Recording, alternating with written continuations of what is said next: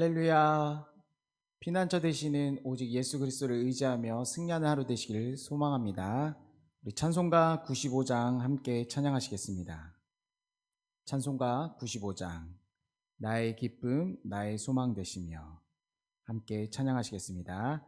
나의 기쁨 나의 소망 되시며 나의 생명이 되신 주 밤낮 불러서 찬송을 드려도 늘 하신 마음 뿐이세.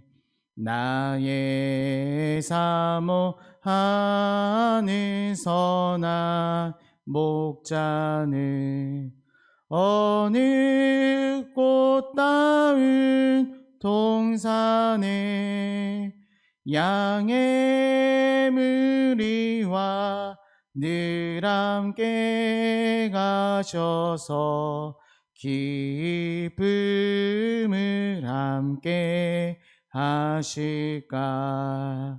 길도 없이 거친 넓은 들에서 갈 길 못 찾아 애쓰며 이리저리로 헤매는 내 모양 저 원수 조로하도다. 주의 자비롭고 화평한 얼굴 모든 천사도 반기며 주의 놀라운 진리의 말씀에 천지가 와닿하도다. 나의 진정 사모하는 예수님 음성조차도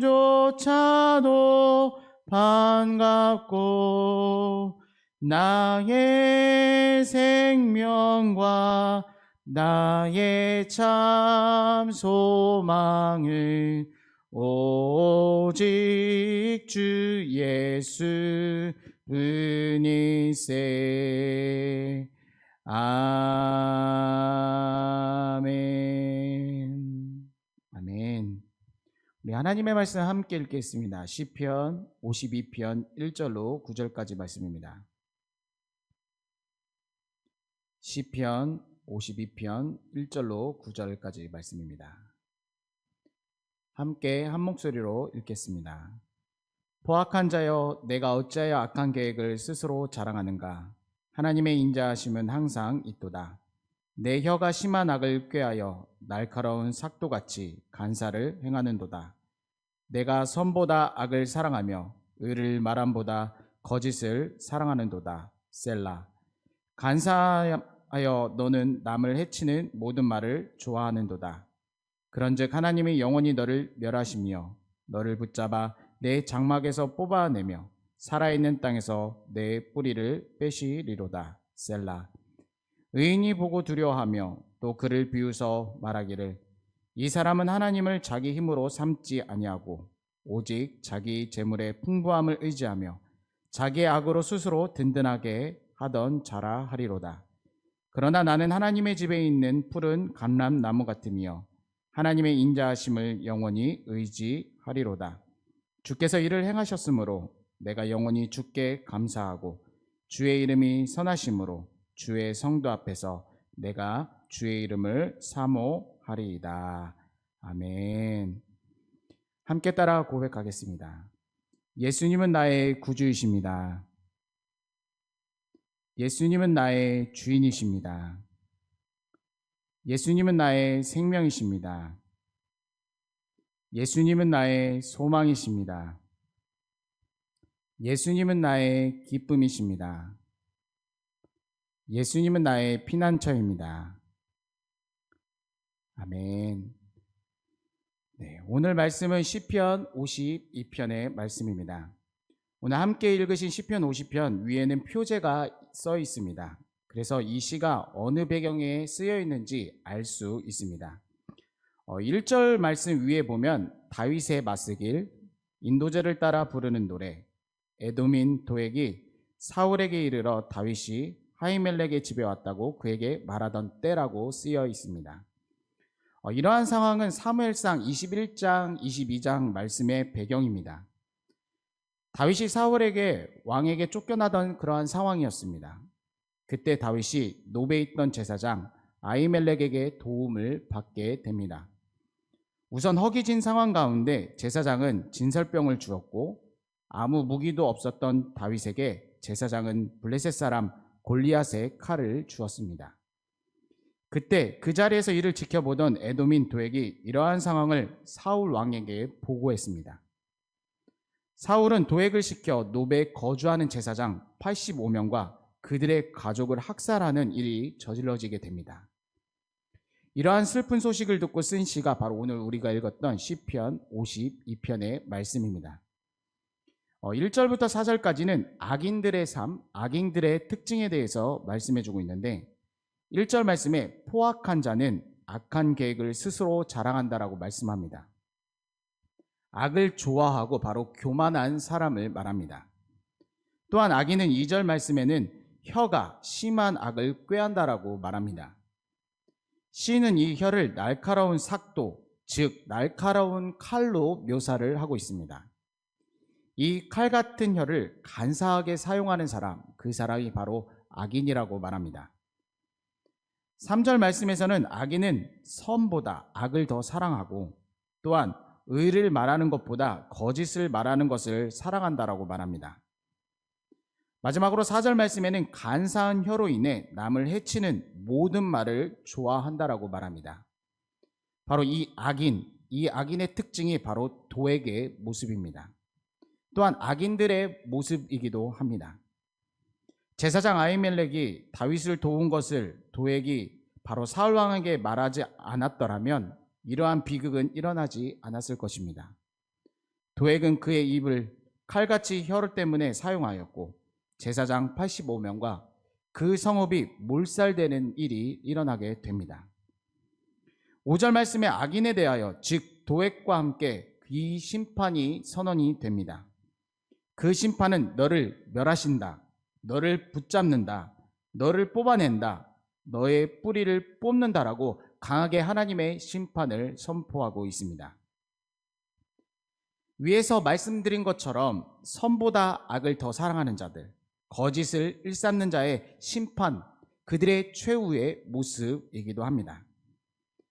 의인들은 악인들의 심판에서의 모습을 보고 두려워합니다. 또 그들을 향해 비웃고 조롱한다고 하는데 이것은 악인의 웃음이 아닌 하나님의 정의가 실현됨에 따라 의인들이 웃는 웃음입니다. 악인들의 심판의 이유는 7절 말씀에 하나님을 자기 힘으로 삼지 않았고 오직 자기의 재물의 풍부함을 의지했다라고 말씀합니다. 또한 악으로 스스로 든든하게 했던 자들, 이 사람들이 바로 악인입니다. 오늘 쉬운 성경의 7절 말씀을 어떻게 번역되어 있냐면 이 7절 말씀의 쉬운 성경의 시작은 하나님을 자신의 피난처로 삼지 않았던 사람에게는 어떠한 일이 일어났는지 보십시오라고 번역되어 있습니다. 바로 하나님을 피난처로 삼았지 않았던 사람들, 이 사람들은 악인이었고 그들은 재물과 욕심, 거짓에 의지했던 자들이라고 말씀합니다. 저와 여러분은 늘 하나님을 피난처로 삼기를 간절히 소원합니다. 마지막으로 8절부터 9절까지는 악인과 반대되는 의인의 삶에 대해서 말씀합니다. 8절 말씀에 나는 하나님의 집에서 자라는 감람나무와 같다라고 고백합니다.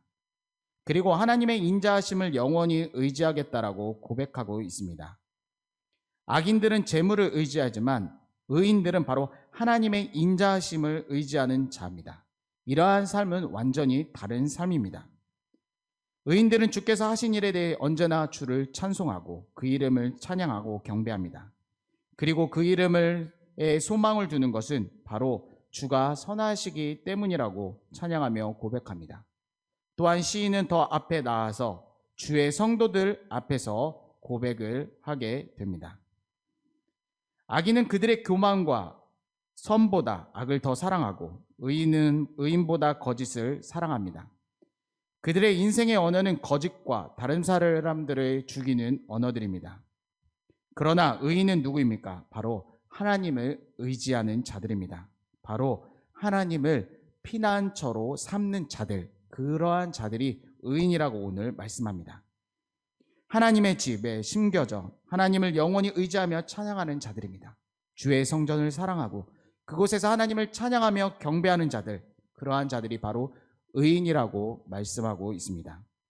저와 여러분이 우리의 피난처 되시는 예수 그리스도를 의지하며 날마다 승리하기를 간절히 소원합니다. 또한 피난처 되시는 그리스도, 그 예수 그리스도를 날마다 마음에 품는 저와 여러분의 삶 가운데 정말 아름다운 언어, 사랑과 회복의 언어, 기쁨과 감사의 언어가 나오기를 간절히 소원합니다. 오늘도 우리의 피난처 되신 예수 그리스도를 의지하며 승리하는 저와 여러분이 되기를 간절히 소원합니다. 우리 함께 기도 제목 나누겠습니다. 우리 캄보디아에 지금 코로나 확산된 상황이 빨리 진정되도록 함께 기도해 주시고, 우리 사랑하는 교우들 중에 육신의 질병, 마음의 고통과 또한 코로나 시대에 어려움 있는 모든 성도들을 위해서 함께 기도해 주시기 바랍니다. 제가 먼저 기도하고 자유롭게 기도하시겠습니다. 살아계신 하나님 아버지, 오늘도 말씀을 통해 깨닫게 해주시니 감사를 드립니다. 우리가 날마다 하나님을 우리의 피난처로 삼고 의인된 삶으로서 살아갈 수 있도록 인도하여 주시옵소서. 살아계신 하나님 아버지, 우리 사랑하는 성도님들 가운데 육신의 질병과 고통, 또한 마음의 아픔이 있는 자들이 있습니다. 또한 코로나 시대로 인해서 여러 가지 어려운 상황 가운데 있습니다. 주여 불쌍히 여겨 주시옵시고 긍휼을 베풀어 주옵소서. 특별히 한국의 병상에 있는 혜원이를 불쌍히 여겨 주시고 속히 깨워 주시옵소서. 그의 가족들을 위로하여 주시고 힘 주시옵소서. 이 새벽에 주의 이름 부르며 기도할 때 살아계신 하나님의 음성을 듣는 놀라운 시간 되게 도와주시옵소서. 찬송과 존귀와 영광 온전히 올려드리며 살아계신 우리 구주 예수 그리스도의 이름으로 간절히 기도드립니다. 아멘.